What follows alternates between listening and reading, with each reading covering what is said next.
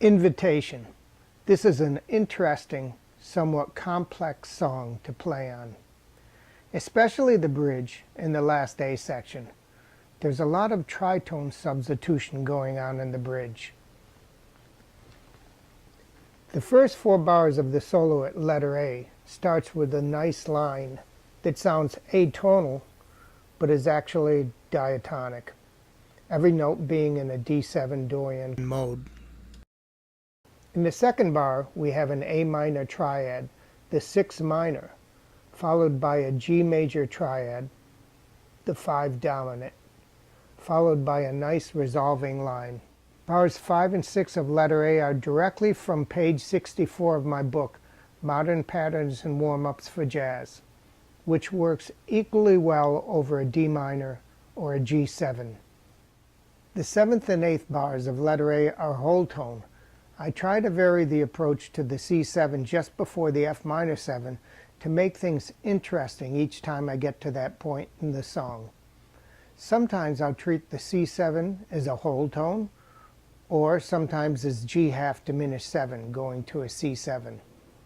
Over the F minor 7, I again use a line from page 24 of my book, as in this figure.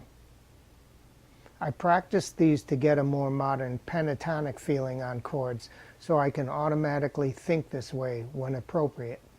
2 bars before letter B, I use an E-flat blues scale. 2 other nice choices would have been diminished or an E-flat 7 altered.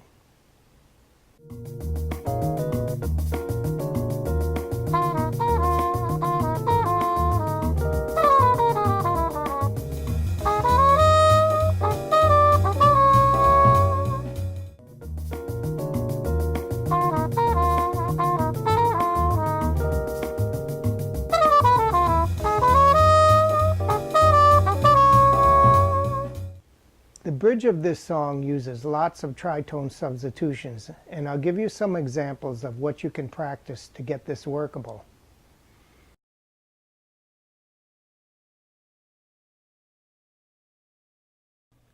This is known as the bebop scale.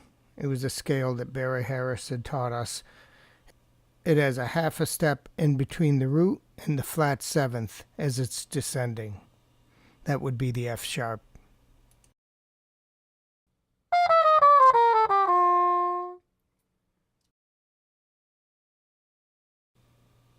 This is a descending G dominant scale with a tritone substitution.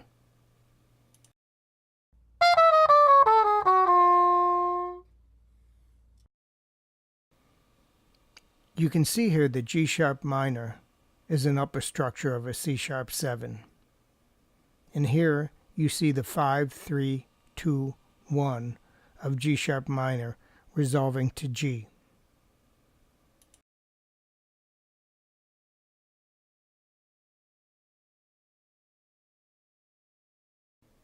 In the top example, even though the first chord change is a D minor 7, I'm thinking G7. You'll see again there's a half a step in between the root and the flat 7th of G7, that being F sharp.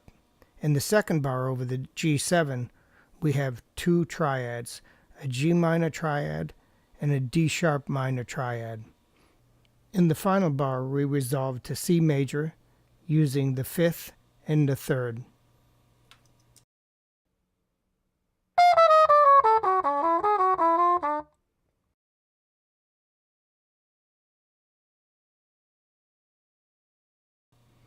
In the bottom line, we have a slightly more sophisticated example. Over the G7, we're jumping from the B to the F sharp a 4th. We still have the D sharp minor triad, and we still resolve to C major in the same way, playing the 5th and the 3rd.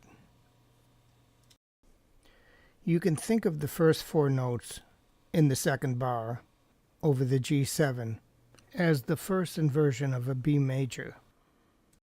I tend to think of it intervallically as it's written out here.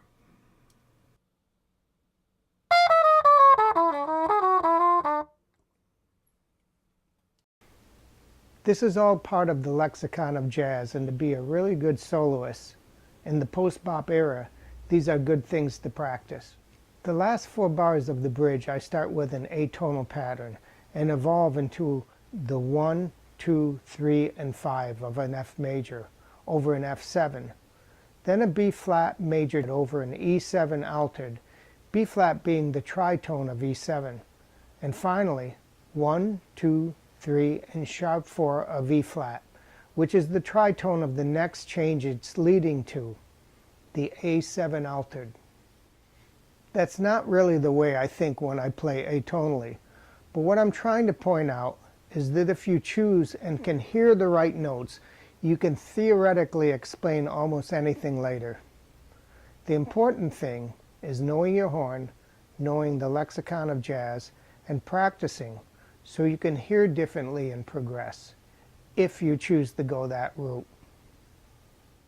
Again, over a C7, you can impose a G half diminished to C7 flat 9, and here you can see me going from G minor to B flat minor to C sharp minor.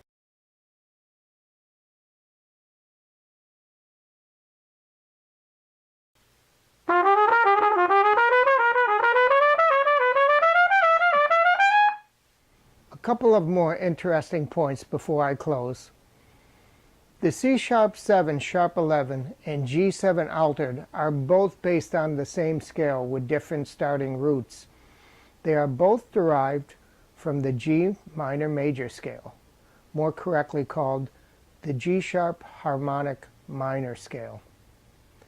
In this case, over the G7 altered to C7 altered, I used the tritone for each. I use C sharp 7 to F sharp 7, which is one of a million different approaches to these two changes.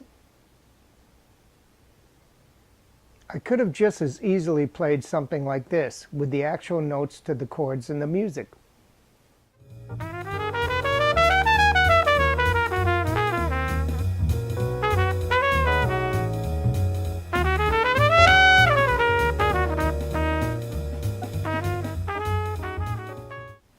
Thanks for watching. This wraps up my lesson on playing through invitation. There are an infinite number of ways to approach this song, and I hope you enjoyed some of my methods and insights. If you have any questions or comments, don't hesitate to ask in the comments section below. Also, feel free to subscribe to my channel for updates on my newest jazz video lessons.